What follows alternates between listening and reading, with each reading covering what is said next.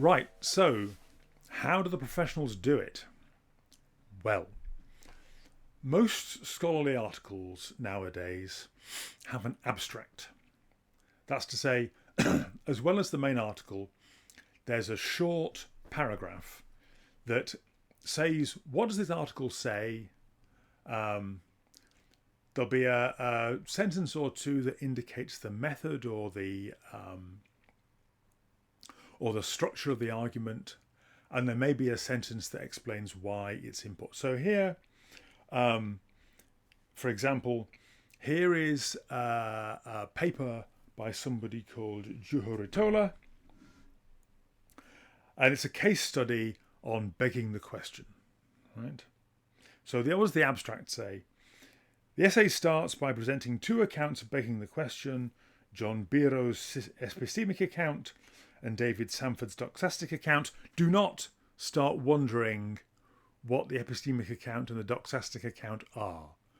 Just notice that this thing starts by setting the stage.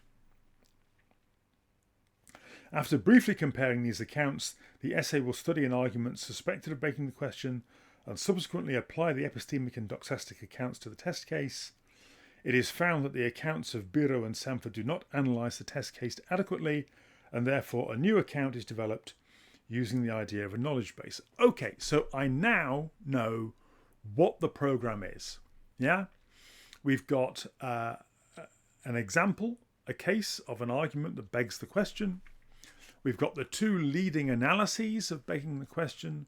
We're going to apply those two leading analyses to our test case, and we're going to find that they both break, that neither of them adequately analyzes the case in hand. Then I'm going to show you my own analysis, and I'm going to show that, that my analysis does work on this case and is therefore better than the two standard analyses that I started with, right? So I know what the plan of the essay is. I also know what critical questions I'm going to ask, right? I already know I'm going to ask myself, well, is the case study that he's going for, is it really a case of begging the question? So is it a fair test? The next critical question I'm going to ask is, do the two standard accounts really break on this example? Does it destroy them in the way that the author hopes? Maybe they can handle it. Maybe they aren't being applied fairly. Maybe they aren't being tested fairly. And finally, is the new analysis, what he calls the using the idea of a knowledge base, is his own analysis as successful as he claims? Maybe it isn't. Maybe it fails just as badly as the epistemic account and the doxastic account. Okay, so that abstract gives me the plan, already tells me what critical questions I'm going to ask. Your first paragraph ought to be like an abstract. So one thing you could do is go to JSTOR, go to some, philosophy journal, doesn't really matter which, and just skim through a load of paper abstracts just to get a kind of a sense of the academic article abstract as a literary genre, right? They're quite hard to write. And of course, you can only write it after the facts, after you've written your essay. So what you need to do is write your essay, probably delete your first paragraph, because probably you just spent it clearing your throat and reminding yourself what you were going to say. So probably just delete your first paragraph and then write a new one that does the work of an abstract, like this one here. Okay, so that's the first paragraph. It should do the work of an abstract. This guy talks about, the essay will do this, the essay will do that. I'm happy if you say I will do this or I do that. better to keep it in the present tense, because although you're right, although it's in the future for you,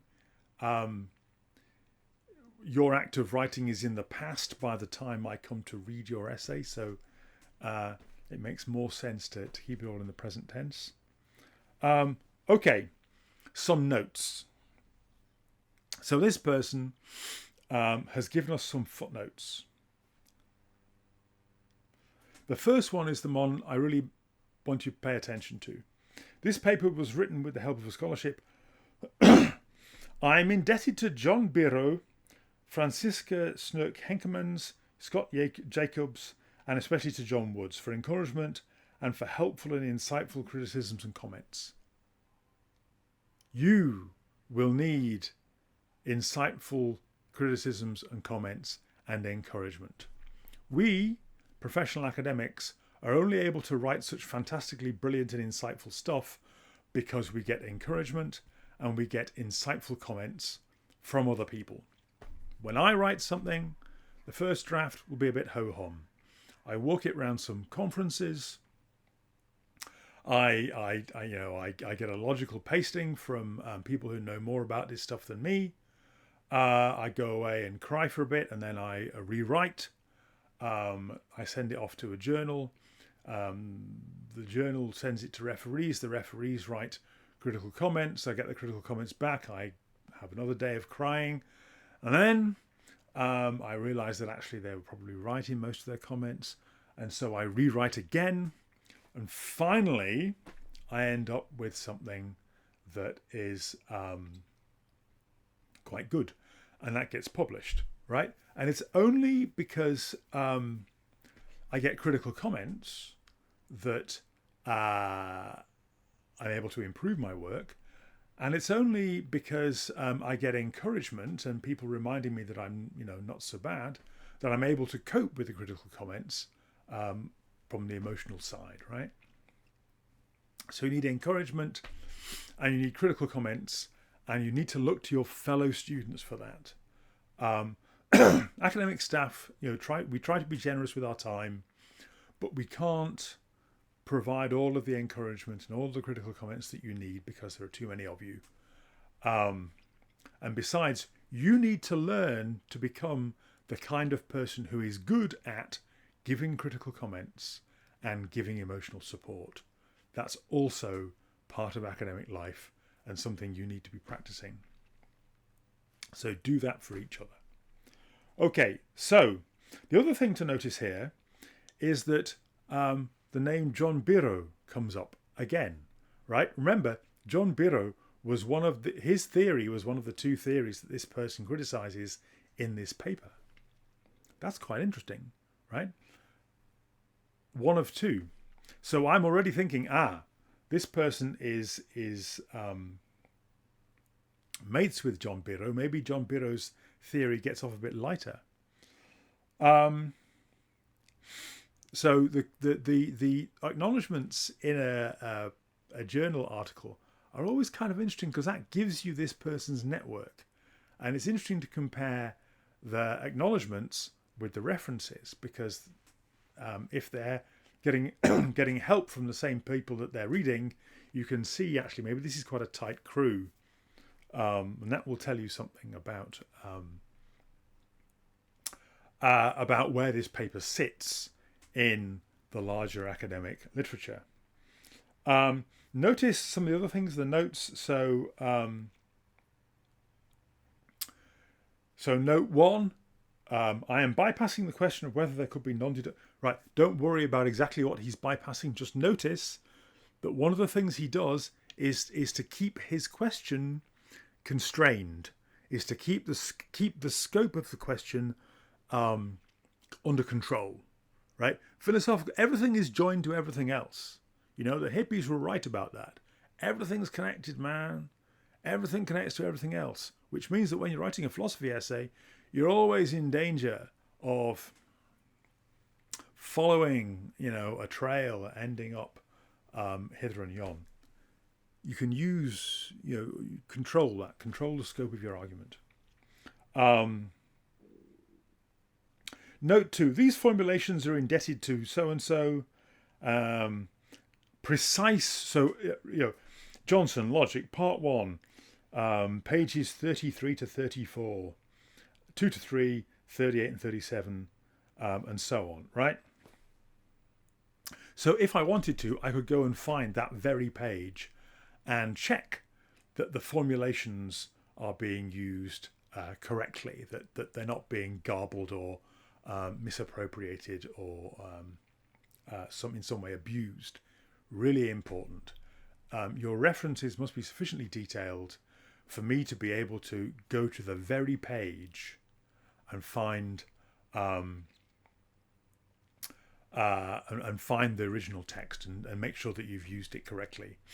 Not everybody does. I mean, I've got a book here where some professor quote, referred to Kant, and then the reference is it just says Kant's collected works. Like, what the hell? What the hell use is that? Telling me that the idea that you're leaning on is somewhere in Kant's collected works. Well, he wrote a lot, right? You've got to do better than that. Don't make me do detective work. I'll make it easy for your reader to track down your quotations. Again, note 3, this notion comes from Panyot Buchvarov. And again, paying debts and saying precisely where the idea comes from. And again, note 4, paying debts. Let's have a look at the references. Nice and tidy, right? They're complete. They're in alphabetical order. In philosophy, we don't really care whether you use Harvard or APA or Modern Languages System or what, as long as you pick one of the standard referencing systems and use it properly, right? Use one of the ones that requires you to give page numbers. But apart from that, we're not, we're not so hung up about exactly which one you use, as long as whichever one you do use, you use it consistently. This is lovely. Nice, tidy references that I can scan my eye down. And it's important because, you may only write a short essay, but if you're writing a PhD, the references may run for pages, and then they've got to be tidy and easy to use. You may think, but I'm not going to write a PhD. You don't know that, right? Each and every one of you is capable of writing a PhD if you decide that's what you're going to do with your life, right? So we're going to train you on the off chance that you do. And even if you don't ever write a PhD, you may write technical documents or reports. You may be doing you're going to be doing some white collar job where you have to write reports that are like academic papers. So these skills are transferable. Okay, so there's some ranting from me about essay writing, and I hope they're useful to you. Remember, you can watch them at any time in your academic career. So do think about returning to this stuff in the week when you have to write an essay. All right, see you soon.